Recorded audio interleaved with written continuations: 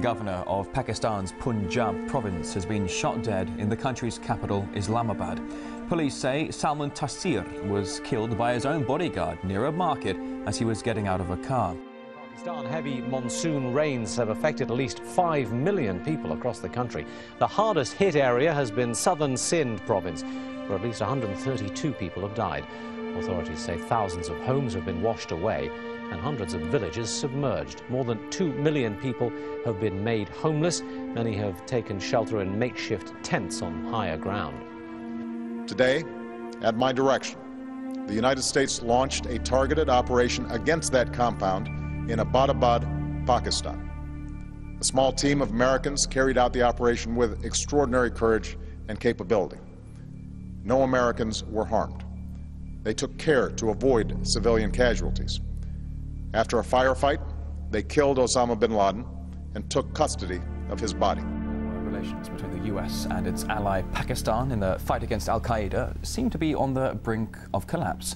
Covert CIA operations, drone attacks and civilian deaths have prompted Islamabad to rebuke Washington and demand it reduces its presence in the country. A case in point is that of Raymond Davis, a CIA spy who shot 2 Pakistanis dead in broad daylight earlier this year, claiming they were trying to rob him. This incident exposed huge concerns over the activity of US private security firms similar to those operating in Afghanistan and Iraq. But others claim that Davis' real work was on neutralizing the country's nuclear arsenal, which is to become the world's 5th largest. There's been a double bomb attack on a government compound in the city of Quetta in southwestern Pakistan.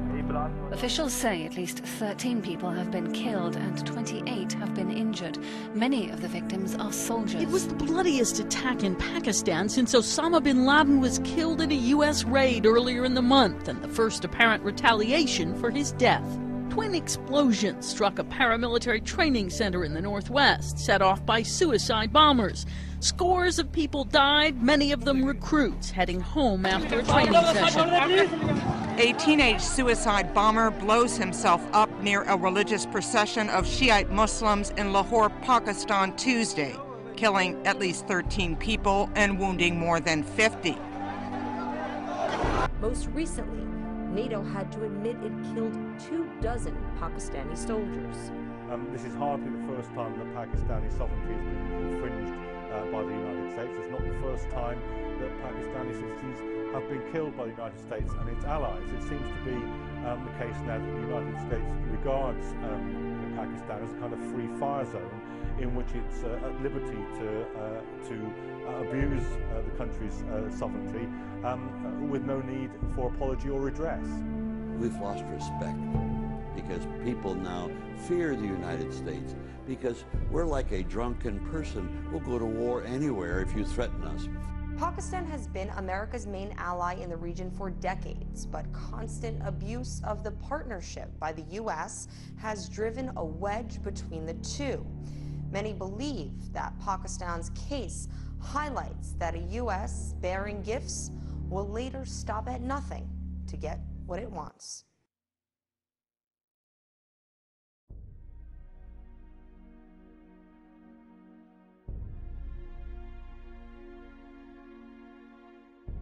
I think they would not have achieved anything. I still don't even know what they wanted to achieve. If the objective was to have a puppet government in Afghanistan, which would be, you know, a pro-US puppet government, I think they will fail. You know, someone has to work out trillions of dollars spent on this war, approximately 1 million people dead, 2 countries devastated, Iraq and Afghanistan, and a third one, Pakistan, brought on its knees. Someone has to assess what was the objective of this war. I mean, for 19 criminals to have committed the act they did in New York or in the US, what a price to pay for that. And is the world a safer place? The big question is it safe now? I mean, can you just put down all your security? Can you unwind the security operators everywhere in the world? No, you can't.